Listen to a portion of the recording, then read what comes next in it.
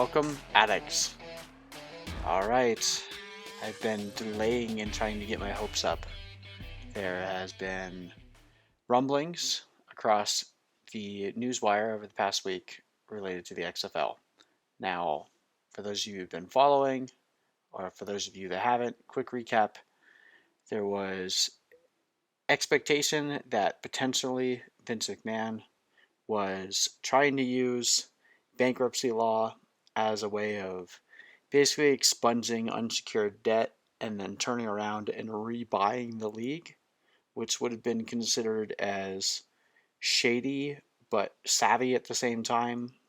Depends on where you fall in the ethical spectrum and whether or not you were one of the people that would have gotten shivved. Well, new news broke today. We received access to the court filings related to the potential sale of the XFL.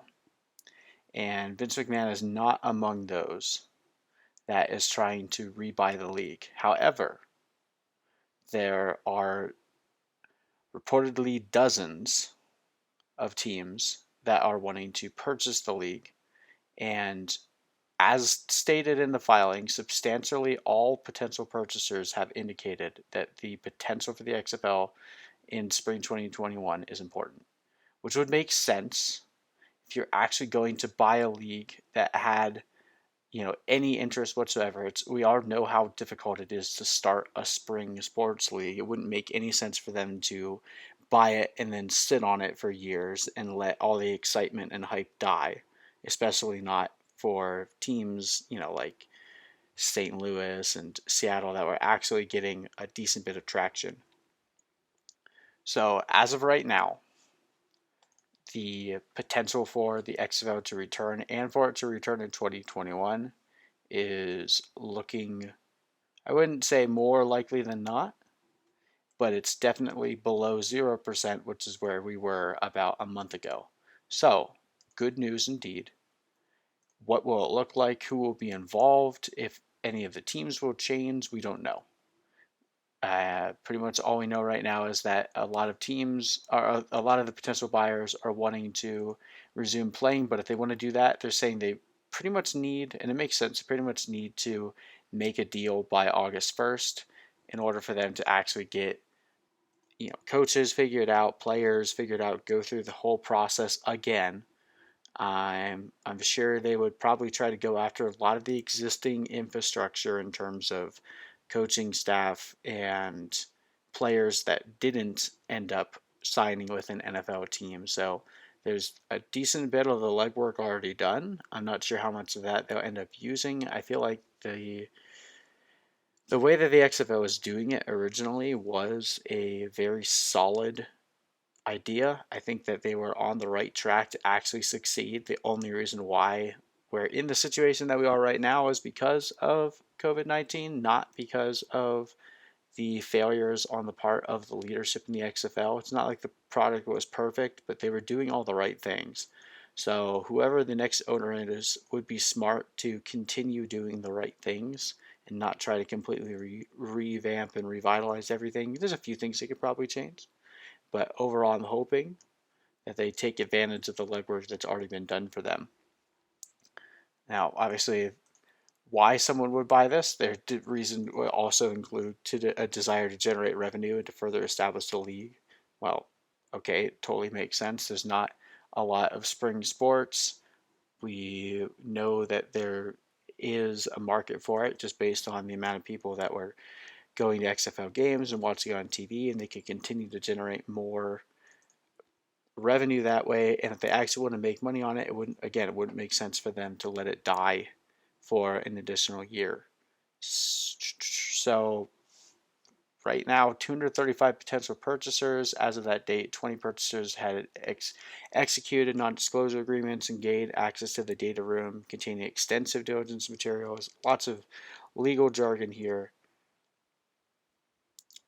Basically, there's a decent amount of truly interested people in doing this, which is really good news. I was not expecting this news when this filing came out. I do think it's interesting that Vince McMahon is even a part of this, but I think that's probably a good thing in terms of just the PR mess that could potentially bring. It might actually damage the reputation of the league if they had to use a shady bankruptcy practice to try to save the league. I don't know how much that would have hurt them or not, but it's probably a good thing that we're moving ownership here, and hopefully someone can get a deal done before August 1st, turn this thing around, because we would love to see the XFL return in 2021. I know that was probably, I know it's first world problems, but probably one of the most disappointing things because of this whole disaster for me personally was watching this season go away, because I was really excited for another football league. I felt bad for all the people that worked on it, all the people behind the scenes, all the players. I mean, there was a lot of hype, a lot of excitement, and a lot of potential dreams that were kind of crushed when the season was canceled. So really, really hopeful for them to be able to turn things around after this. So it does look like, based on this, they would follow the similar structure in terms of how the season would work with 12 weeks. So I guess that would mean another 10-week season with a 2-week tournament. I would venture to guess, just based on the lack of time and just picking up where the pieces left off, that they would most likely not expand. It would probably remain 8 teams, hopefully. They would move the teams that weren't doing as well in terms of crowd size, they would move them to a more ripe market. So you get, or even just places like the New York Guardians, had they moved their stadium outside of MetLife and moved it to the soccer stadium just down the street, I think that would have worked out a lot better for them. So we'll see what changes potentially happen. Right now, everything is speculation. All we really know is that there's a deal looking to get done. They're trying to get it done before August 1st. If it gets done before August 1st, then the odds of it returning in 2021 is likely, or at least more likely than if the deal happens after August 1st. And I would venture to guess, just based on the amount of money that would be lost if they can't return in 2021, if they don't get a deal done by August 1st, that could seriously impact the ability for a deal to get done at all.